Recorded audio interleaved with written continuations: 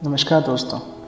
आज the unknown बाबा पे हम बात करेंगे ओम के बारे में, ओम के स्वर के बारे में और उसके सही उच्चारण के बारे में। तो आइए शुरू करते हैं।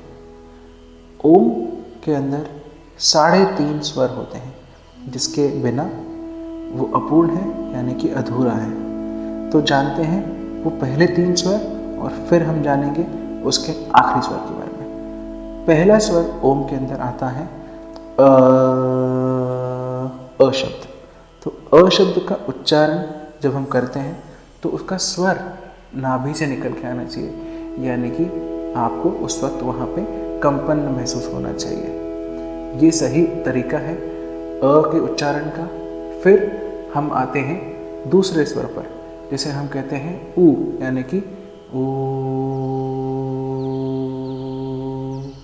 इस स्वर का कंपन आपको हृदय पर महसूस होना चाहिए, यानी कि हृदय चक्र का एक्टिवेशन ये करता है।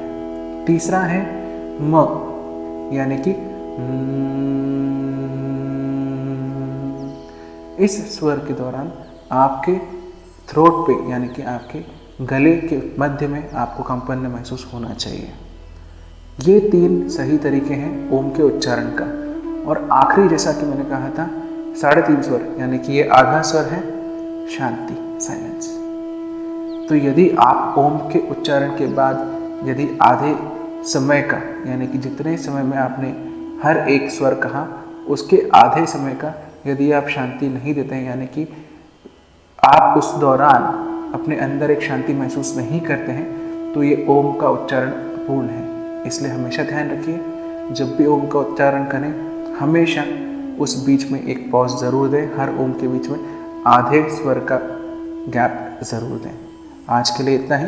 कल हम फिर मिलेंगे नए ज्ञान के साथ। तब तक हमें फॉलो करते रहिए फेसबुक, इंस्टाग्राम और यूट्यूब के ऊपर द अरुण बाबा के नाम से। Thank you so much.